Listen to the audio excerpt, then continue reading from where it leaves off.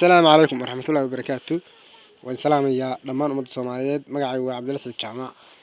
waxaan soo gudbinayaa tixir oo gabay oo gaaban waxay soo baxday 2021 bishii shanaad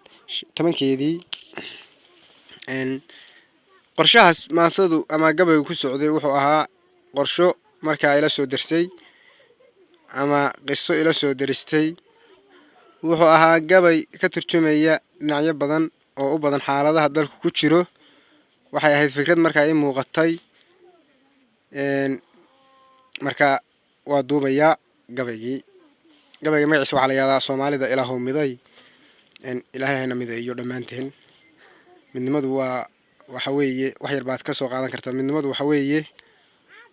waa ma ogtahay waa arrin muhiim ah oo haddaad laba qof tihiin ama saddex tihiin oo hawsha isku khilaaftaan midba meel maro waa wixii hawshii ku midoobin marka midnimo dadku waxay ka aaminsan yihiin wax khalad ah qaar baa ka xanaaqay midnimadu waxa weeye ruux kasta hadaan loo midoobin waxba kama hagaagaan oo midnimadu waa shay cajiib weeye oo haddaad hawsha isku khilaaftaan oo midba gooni ula gurgurto wixiisa waxa weeye dayac iyo silic badan baa idinka soo maraya haddaad u midoowdaan wax laga yaabo waxaasina wax badan ku qaadateen marka Soomaalida Ilaahow miday baa gabaygan la yiraahdaa magaciisa wuxuu yiri gabaygu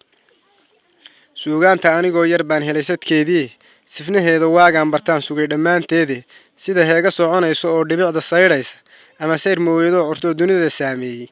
ama sagalka nuuro cadeed waxna midig saaray waa waqla sanaagiyo fadhida buurta sinaheeda ninkii sahamiyaa waa yaqaan saaca geedaha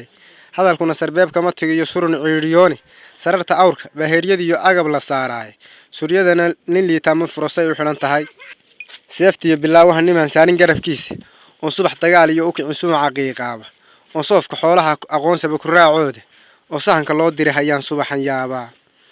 nin siyaasad loo dhiibay oo dhaqanka sayraaya oo calanka guudkiisa sulan sare u eegaynin oo dhex jooga Soomaalida oo sar u dhawaaqaya sarkaalu imaaraad dalbaday oo sugaya qowlkiisa Soomaaliduna ay la tahay seelad ari jooga sabigi iyo caruurtii marfaca saami uga yeelay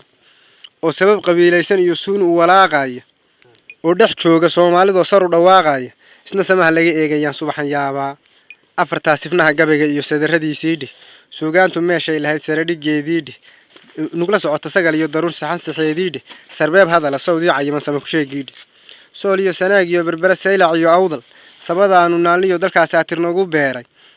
Soomaalida dhamaanteed haday samaha diidayso safa haliilaya iyo siigada iyo boorka salawxumada samir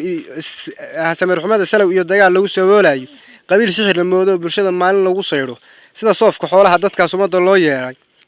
Soomaali waa wada yihiin saanta oogade sinjiga iyo diinta iyo afka sax u wadaagaan sala kuma dhaxiyo dagaal rag isku seegaay seero looma dhigin iyo xuduud la isku saacido Somaliland iyo filada la isku sixi waay surma u shishiyo dhiga keenta silica